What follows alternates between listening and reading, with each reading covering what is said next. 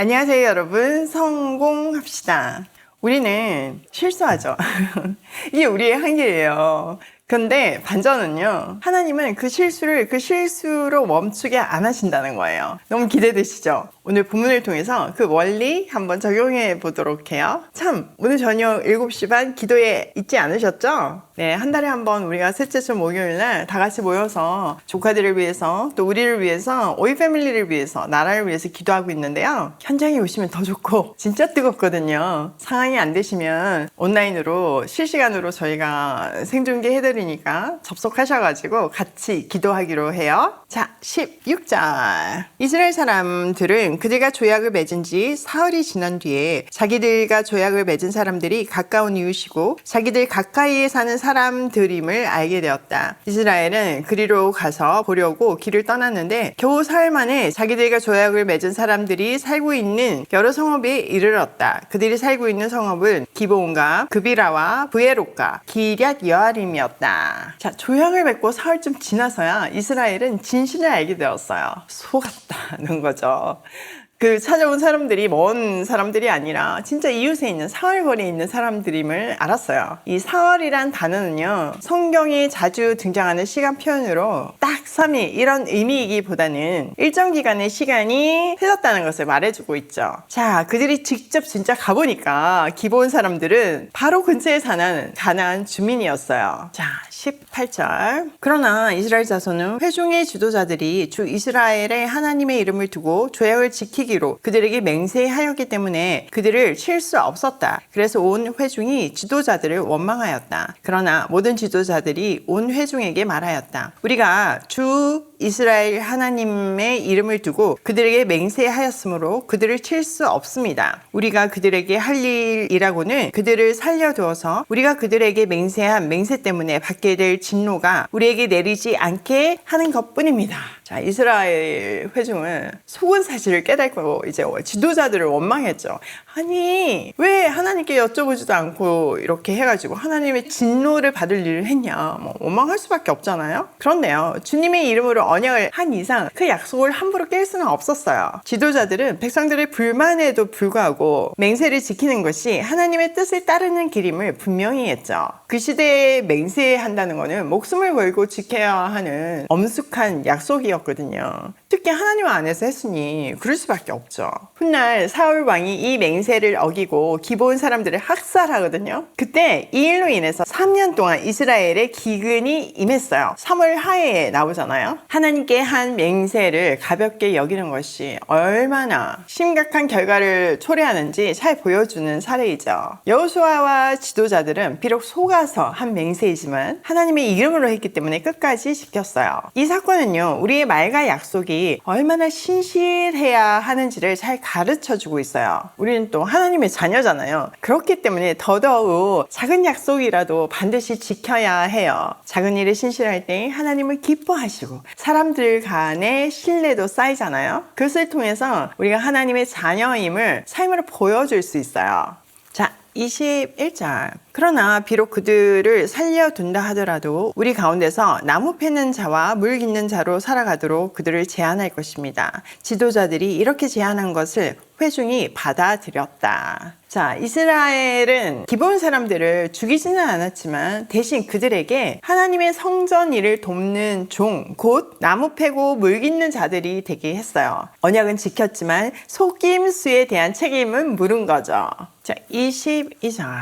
여호수아가 그들을 불러다가 말하였다. 당신들은 우리 가까이에 살면서 어찌하여 아주 멀리서 왔다고 말하여 우리를 속였소. 당신들이 이렇게 우리를 속였기 때문에 당신들은 저주를 받아서 영원히 종이 되어 우리 하나님의 집에서 나무를 패고 물을 깃는 일을 하게 될 것이요. 그들이 여호수아에게 대답하였다. 우리가 그렇게 속일 수밖에 없었던 까닭은 주 하나님이 그의 종 모세에게 명하신 것이 참으로 사실임을 우리가 알았기 때문입니다. 하나님이 이 땅을 다 이스라엘에게 주라고 명하셨고 이스라엘 사람이 보는 앞에서 이 땅에 사는 모든 사람을 다 죽이라고 명하셨다는 것을 우리가 들어서 알았습니다. 우리가 속임수를 쓸 수밖에 없었던 것은 우리가 이스라엘 사람 때문에 목숨을 잃을까 두려워하였기 때문입니다. 이제 우리를 마음대로 하실 수 있으니 처분만을 기다리겠습니다. 자, 여호수아는 기본 사람들을 불러가지고 왜 이렇게 거짓말을 했습니까? 라고 묻죠. 그들은 이렇게 대답해요. 당신들의 하나님께서 이 땅의 모든 주민들을 당신들에게 주셨다는 소식을 우리가 전해 들었습니다.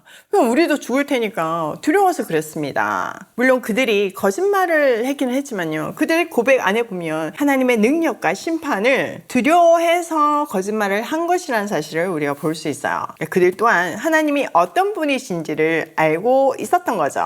자, 그럴 때 하나님은 또 은혜를 베푸시는 분이죠. 자, 26절 볼게요. 여호수아는 그들을 보호하기로 결정을 내리고 이스라엘 사람들이 그들을 죽이지 못하게 하였다. 바로 그날로 여호수아는 그들을 회중을 섬기고 주님의 제단을 돌보는 종으로 삼아 나무를 패고 물을 깃는 일을 맡게 하였다. 그들은 오늘날까지 주님께서 택하신 곳에서 그 일을 하고 있다. 자, 여호수아는 약속대로 그들을 살려주기로 결정했어요. 그리고 낮은 자리에서 종으로 섬기는 임무를 맡겨요. 27절에 보면 회종을 섬기고 주님의 제단을 돌보는 종, 나무를 패고 물을 깃는 일을 맡겠다 이렇게 하고 있잖아요. 기본 사람들은 그 운명을 받아들여요. 겉보기에는 사실 뭐 저주처럼 들릴 수도 있지만 사실은 그들의 믿음으로 말미암아 죽임을 면하고 하나님 집 가까이서 봉사하는 기회가 주어진 셈이죠. 나중에 기브온은요 이스라엘 예배의 중심지가 되기도 했어요. 한때 성막이 그곳에 세워졌고 솔로몬도 기브온 산당에서 1000번째를 드리잖아요. 그리고 나중에 뭐 역대하, 에스라에 나오는 그 포로 시대의 기록들을 보면 각 가문별로 이렇게 조사해서 기록이 나와 있잖아요. 그때 기브온도 엄연히 이스라엘 백성으로 기록되어 있어요. 그러니까 완전히 이스라엘에게 연합하게 된 거죠. 이처럼 속임수로 맺어진 인연조차 하나님의 섭리 아래에 들어가게 하시는 은혜가 참 놀랍지 않나요? 우리도 이렇게 종족으로 보면, 인종으로 보면 이방인이잖아요. 근데 이제는 더 이상 이런 속임수를 쓸 필요가 없어요. 우리는 예수가 그리스도라는 믿음으로 말미암아 하나님의 백성이 되었고 종이 아니라 하나님의 자녀가 되었어요. 이 기브온의 이야기는 연약한 인간의 모습과 그 속에서도 일하시는 하나님의 은혜를 함께 보여주고 있어요. 우리가 실수하고 부족할지라도 하나님은 모든 것을 합력하여 선을 이루시는 분이세요.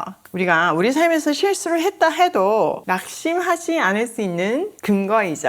하나님은요 정말 우리의 연약함까지도 사용하셔서 하나님의 뜻을 이루실 만큼 크시고 놀라우시고 선하신 분이세요. 이제 9장이 마무리되었는데요. 전체적으로 보면 9장은 기도로 분별력을 갖는 일이 얼마나 중요한지, 그리고 우리의 실수 가운데에서도 역사하시는 하나님의 은혜와 신실함이 얼마나 놀라운지를 보여주고 있어요. 그러니까 우리는 언제나 하나님께 지혜를 구하고 실수했을 때도 그분의 은혜를 신뢰하며 담대히 나아가야 하는 거죠.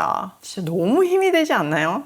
이렇게 아침에 말씀 없이는 어떻게 살 수 있나. 저도 옛날에 그렇게 살았잖아요. 하나님 몰랐을 때 어떻게 살았을까 싶어요. 정말 이 놀라운 하나님의 말씀을 우리 삶에 적용하고 또 많이 알려주면 좋겠어요. 특별히 우리 조카들에게 이 말씀을 잘 전해주고 싶다는 마음이 너무나 간절해요. 자, 그 간절한 마음으로 기도에 꼭 나오세요. 오늘 내용을 우리 삶에 한번 적용을 해보면, 첫 번째, 약속을 지켜야 할 책임이 있다. 특별히 우리는 크리스찬이기 때문에 작은 약속도 정직하게 끝까지 책임지며 살아야 해요. 신뢰라는 거는 하나님의 이름을 걸고 사는 우리에게는 가장 큰 무기죠. 두 번째, 실수했더라도 하나님은 그 안에서 선을 이루신다. 하나님은 우리의 실수도 당신의 섭리 안에서 선을 이루시는 분이에요.